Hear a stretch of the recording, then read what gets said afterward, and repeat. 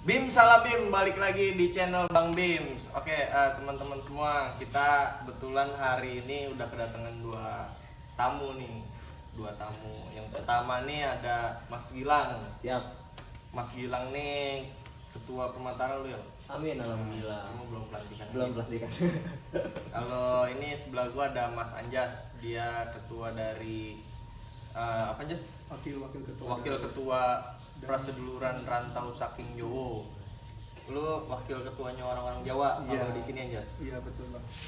Oke, teman-teman, kita hari ini bakal ngebahas perbedaan nih antara Gilang yang ketua Pergerakan Mahasiswa Tangerang Raya sama Mas Anjas yang dari Jawa nih. Kan beda banget tuh antara akamsi sama mahasiswa rantau. Yoi, beda tuh pasti pola kehidupannya berbeda. Kemudian pola pikir di perantauan dan orang sini tuh pasti beda gitu. Makanya kira-kira apa aja nih perbedaannya? Makanya gue mau tahu dulu nih. Yang pertama mungkin dari Mas Gilang nih, Ya. selaku ketua dari Permatara gitu kan. Lang, kalau lu sebenarnya perjalanan hidup lu sampai dengan hari ini tuh gimana sih Lang? Sampai lu jadi ketua Permataran, dari lu sekolah kemudian masuk kuliah gitu sampai lu hari ini aktif berorganisasi dan diamanahkan jadi ketua Permatara, gimana nih ceritanya Lang? Coba gue mau denger. Langsung nih. Iya. Oke. Jadi kalau gue sendiri sih memang dari lahir asli Tangerang Selatan kan, asli sini gua. Terus SD pun sampai SMA pun gue di sini. Kalau perjalanan dari SD sampai SMA pun sama aja sih, standar teman-teman biasa gitu, sekolah pulang. Cuman yang membedakan ketika gue kan gap year tuh. Apa Gap year gue, maksudnya nggak telat setahun kuliahnya. Oh, lu telat juga Gue ya. telat setahun. Nah. Itu dari telat setahun itu memang gue bisa bilang bukan kebanyakan sih, tapi rata-rata lingkungan gue tuh karena gue pribumi ya, itu enggan untuk kuliah gitu. Jadi rata-rata ya lulus sekolah SMA atau SMK, lebih baik gue kerja, dapat duit, bisa ngebahagiain orang tua, sesimpel itu Iya. gitu. Gue setahun gue jalanin kerja, nggak mau tuh gue kuliah tuh karena udah sebulan megang 4,5, siapa yang nggak seneng sih gitu kan, kerja dapat gaji UMR gitu kan, udah seneng banget kan. Terus gua masuk kuliah itu karena gua ketemu circle teman-teman waktu itu di kerjaan tuh. Di kerjaan gua ketemu teman-teman yang udah lu biar bisa naik pangkat. Nah, dari situ tuh gua mulai dulu bisa naik pangkat biar bisa lebih enak kerjanya gitu. Lu harus kuliah. Di situ gua mulai kuliah, bete juga gua kerja. Jadi akhirnya sekarang fokus kuliah doang gitu. Oh, berarti lu sebelum kuliah nih lu sambil gawe? Sambil gawe. Di mana gawe lu? Gua dulu jadi staff marketing di penjualan alat kesehatan. Oh, di daerah Pamulang juga. Daerah Pamulang. Berarti mindsetnya begitu ya? Mindsetnya kayak gitu. Sesimpel lu lulus sekolah, gawe, terus lu bisa beli sesuatu untuk bahagiain keluarga lu. Nah, mindsetnya rata-rata kayak gitu. Gue nggak bisa bilang semuanya ya, cuman Mindset circle lu gua, gitu ya. mindset gue dan circle gue yang dulu tuh rata-rata ya udah sampai pernah gue kan udah nggak kerja nih, semester 1 sampai semester 2 tuh gue nggak kerja, gue cuma fokus kuliah. Ya itu banyak circle gue yang bilang, lu ngapain kuliah gitu, ngabisin duit orang tua lu doang, lu juga belum tentu gitu. Ya gue mengiyakan, belum tentu sukses dengan kuliah kan, cuman ya ini jalan gue gitu loh, jalan lu memang itu gitu kan, ini jalan gue sendiri, mudah-mudahan kan gue bisa sukses dengan jalan gue sendiri gitu. Oke, gitu ya Lang ya. Berarti sesimpel itu ya pola pikir lu dulu gitu. Nah, kemudian nih ketika lu masuk kuliah gitu, terus kemudian aktif sampai dengan berorganisasi sampai dengan hari ini, kira-kira apa yang membuat lu gua mau coba masuk organisasi ya? Terus organisasi apa sih dulu yang lu pertama masuk ya? Oke, untuk gua awalnya memang nggak ikut organisasi sama sekali kan gitu ya. Terus di akhir semester 1 gua tuh baru masuk, udah mau beranjak ke semester 2 lah. Terus gua masuk HMI pada awalnya kan. Itu gua sebenarnya punya ekspektasi lebih juga tentang mahasiswa pada awalnya, dengan maksudnya di berita, di video-video gitu kan kayak kegiatan sosial bisa mahasiswa KKN kayak gitu kan seru tuh. Nah, ekspektasi gue tuh ke situ tuh, makanya gue mau masuk organisasi. Gua lambat laun lah ya agak sedikit di luar ekspektasi sih tuh menurut gua. Maksud gua banyak yang ternyata nggak cuman kegiatan sosial, ternyata ada lagi kegiatan, maksudnya kajian intelektual dan sebagainya tuh, itu di luar ekspektasi gua semua.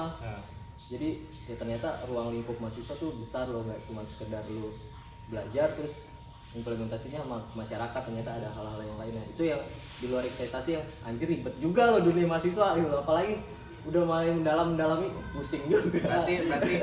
Berarti lu kemakan ini ya, kemakan framing media ya. Framing Saat itu media. mahasiswa yang wah lu pokoknya bisa pencitraan lah Nah, gitu kan. gitu. Tapi ternyata nggak sesuai itu. Nggak sesuai gitu. Ternyata banyak lagi yang lebih gitu loh. Nah, Lang, gue juga mau tahu nih Lang, pas lu apa namanya kemudian sudah aktif berorganisasi gitu kan, kira-kira ada nggak pandangan-pandangan negatif dari tadi kan lu bilang nih circle lu aja kalau pas lu kuliah terus kemudian lu udah nggak gawe ngomongin tuh lu ngapain sih kuliah ngabisin duit orang tua segala macem lah gitu. Nah pas lu aktif berorganisasi ada lagi nggak tuh omongan-omongan dari teman-teman? Ada, cuman ya nggak jauh beda hal-hal yang kayak gitu. Jadi circle gue yang di rumah tuh kebanyakan tentang materi uang gitu tuh. Jadi gue aktif di organisasi pun dibilang lu ngapain sih nggak ada duitnya itu gitu. Ngapain sih buang-buang waktu doang, mendingan lu fokus kuliah kalau emang lu bener-bener mau kuliah gitu. Nah tapi Lang apa yang kemudian bikin lu bertahan tuh? Lu udah aktif aja terus nggak usah dengerin omongan teman-teman lu. Gua pernah ada kejadian begini, malu banget di tetangga lu gitu kan. Gua udah dikenal sebagai mahasiswa lah. Waktu itu belum terlalu mendalami gue tentang kuliah gitu kan. Tiba-tiba ada tetangga yang waktu itu gue suruh install komputer, install OS, gue kan nggak paham ya. Nah, gue bilang nggak bisa, tapi tetangga itu bilang kan lu mahasiswa, masa lu nggak bisa? Nah, itu tuh yang buat gue anjir, ternyata mahasiswa kalau di masyarakat itu dituntut harus bisa semua gitu. Harus. Nah, menurut gue wadah organisasi mahasiswa inilah menurut gue yang kan kita ada lintas fakultas ya, itu pun bisa saling belajar tuh. Entah gue belajar tentang hukum atau tentang komputer dengan mahasiswa teknik, itu sih yang menurut gue gitu. Kalau lu kuliah di mana? Di Unpam gue tuh. Apa fakultas apa? Fakultas ekonomi gue, manajemen. Oh manajemen. Semester? Semester 6 gue alhamdulillah. Semester 6. Berarti lu semester 6 udah jadi ketua permakaran. Alhamdulillah. Juga sih semoga sukses ya Anjas ya. Oke, kita lanjut ke Mas Anjas dulu nih biar kita tahu nih ya kan tadi kan udah dijelasin sama Gilang bahwasanya ya gitulah mindset dari Akamsi hari ini gitu kan. Khususnya orang-orang yang emang ada di wilayah sini ya kayak gua orang Lebak Bulus juga kurang lebih sama lah kayak mindsetnya. Emang wilayah-wilayah Jabodetabek gua rata sih kayak gitu semua ya. Nah kemudian Mas Anjas nih, Mas Anjas kan jauh-jauh nih dari mana Anjas kampung lu? Dari Wonogiri Pak. Oh dari Wonogiri, lu merantau nih kesini gitu kan? Ya kalau dibilang merantau sih gimana ya, orang tua gue masuk sana Bang. Nah. Tapi dulu dari kecil tuh emang di Jakarta juga. Tapi SMA itu, jadi gua tuh TK, SD, SMP itu emang gue di Jakarta. Nah terus SMA nih, karena ya ini cerita-cerita ke belakangnya Bang ya. SMA emang dari keluarga gue itu pengen, wah ini anak dengan jadi tentara atau polisi lah ibaratnya kita nggak gitu. Oke lah, disekolahkan di Solo karena pemikiran dulu itu kalau gua sekolah di ya namanya orang tua ya Bang ya, pemikiran dulu kalau lu sekolah di Jakarta bakal nggak jadi nggak bener gitu. Tapi kan itu kan pemikiran orang dulu kan, orang tua lah. Nah habis itu ya udahlah gue sekolah di SMA di Solo di Wonogiri itu udah gue belajar untuk mewujudkan cita-cita orang tua gua. Setelah itu udah balik ke Jakarta lagi. Tapi Jas, hal yang membuat lu pengen kuliah kemudian aktif sampai lu aktif hari ini di organisasi gitu apa sih kira-kira? Ya yang pertama ya gue dulu pengen kuliah gitu karena pengen ngangkat derajat orang tua gue gitu Bang ya. Ya gue pengen kuliah gitu, gue pengen ibaratnya sarjana lah karena kebahagiaan orang tua itu yang pertama itu ya anaknya itu bisa menyekolahkan sampai selesai gitu. Nah dari itu ya gue kuliah gitu. Nah sebelum itu ya emang gue dari hati yang tersakiti dulu gue gagal di tentara sama di polisi tuh. Berapa tahun lu? 2 tahun Bang, gue dulu lulusan 2016.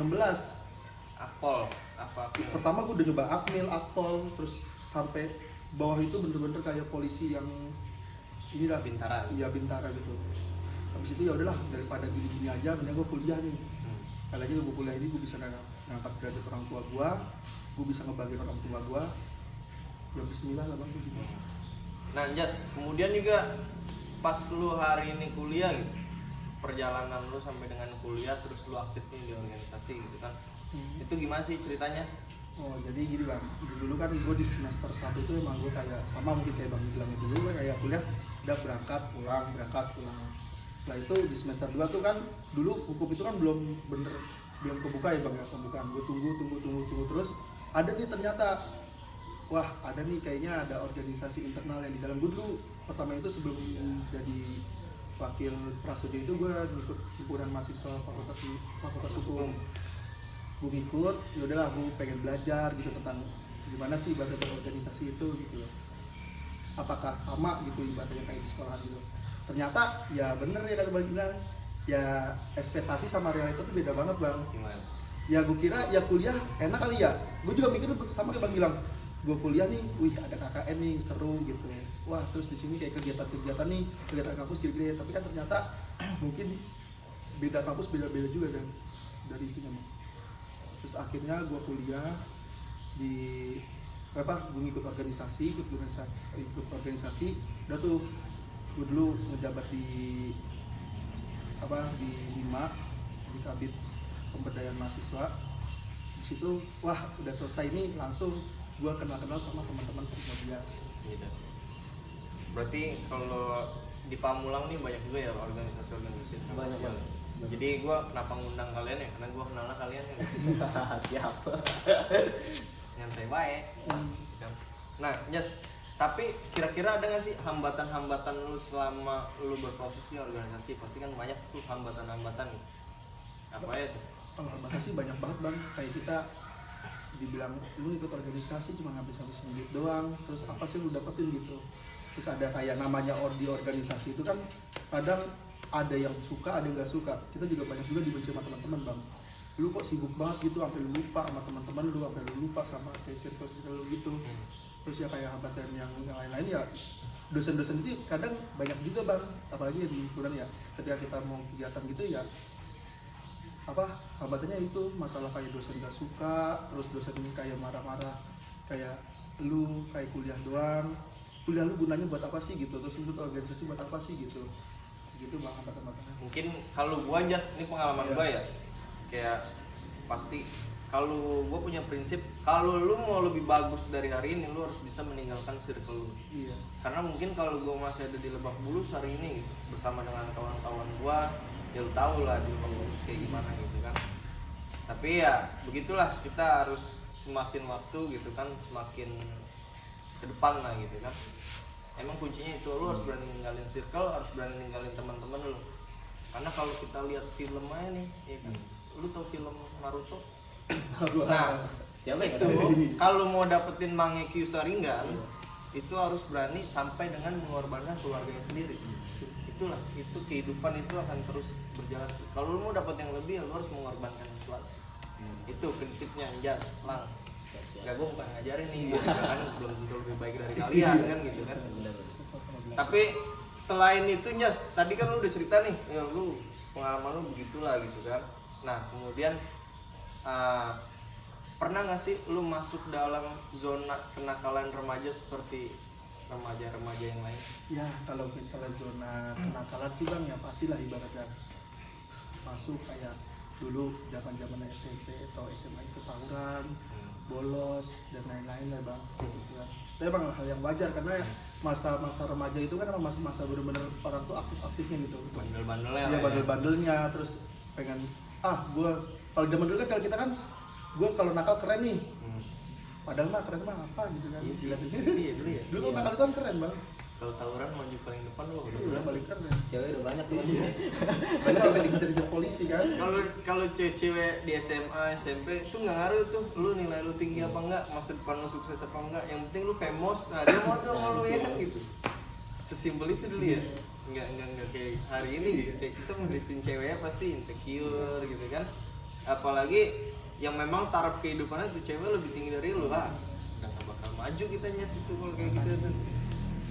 Nah kalau lu Lang, pernah nggak lu masuk dalam zona kenakalan remaja nih? Ya pasti lah itu. Pasti. Gue rasa kayak pribumi kalau yang tadi lu bilang nggak jauh beda kan circle Jabodetabek ya. Pasti kalau nakal pasti pernah.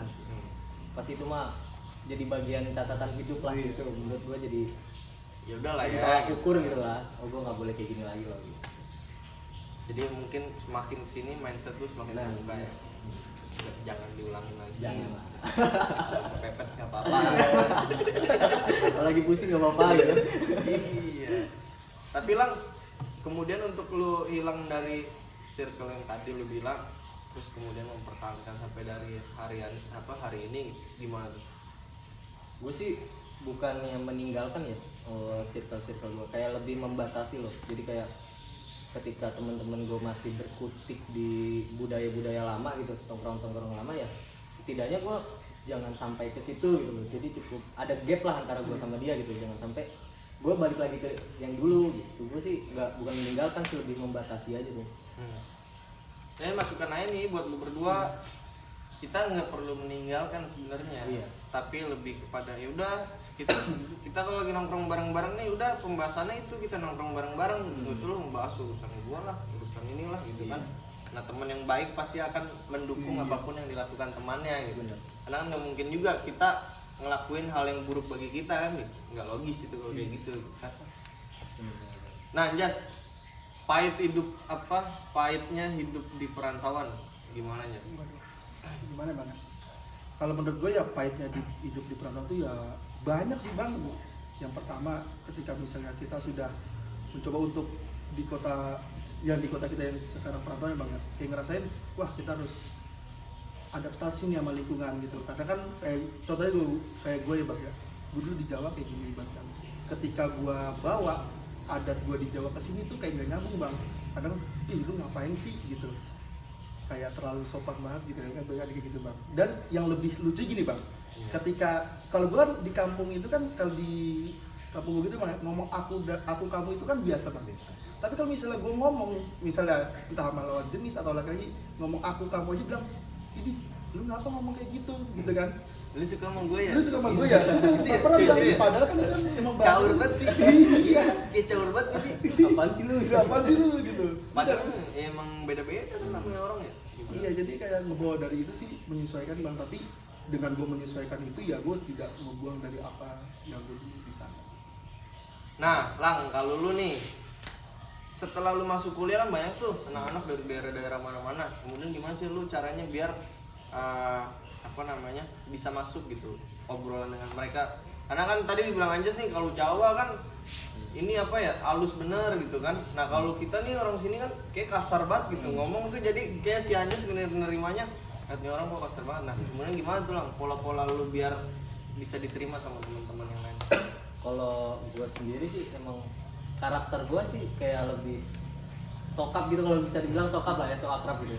Nah gue kalau mau mendekati teman-teman yang perantauan yang punya budaya beda dengan budaya kita gitu, biasanya gue lebih membiasakan sih tuh, membiasakan buat oh ternyata lu kayak gini. Jadi gue nggak perlu dong menyinggung kayak tadi kasus si Anjas katanya ngomong ngomong aku kamu aja ditegur gitu kan sama teman-temannya. Nah gue itu mengkeep itu untuk menegur itu supaya si perantauan ini nggak merasa anjay gue beda banget loh sama anak-anak di sini, beda jauh gitu. Akhirnya malah buat dia merasa dikucilkan gitu kan sama teman-teman pribuminya. Nah itu gue mencoba mengkeep kata-kata itu sih, jadi ya persuasif aja lah kita gitu. Biar kayak ini aja ya, biar kayak saling nerima gitu kan. Yang perantauan mencoba beradaptasi, kemudian yang pribumi lebih kayak ya udah saling nerima aja gitu. Nah itu sih bagus buat kerukunan kita semua gitu kan. Nah itu juga nih yang harus dipertahankan sama teman-teman juga gitu, sama Gilang dan juga organisasi-organisasi yang lain ya. Apalagi kan kalian kan nih ada di pimpinan sekarang gitu kan. Siap pimpinan. Aduh ampun. Kacau. Nah kemudian nih pesen ulang buat teman-teman yang ada, teman-teman pribumi nih yang ada di Tangerang Selatan nih, kampus kita kan di Tangsel nih. Apa kira-kira pesan buat teman-teman semua? Pesan menurut gue sih kuliah itu nggak salah sih.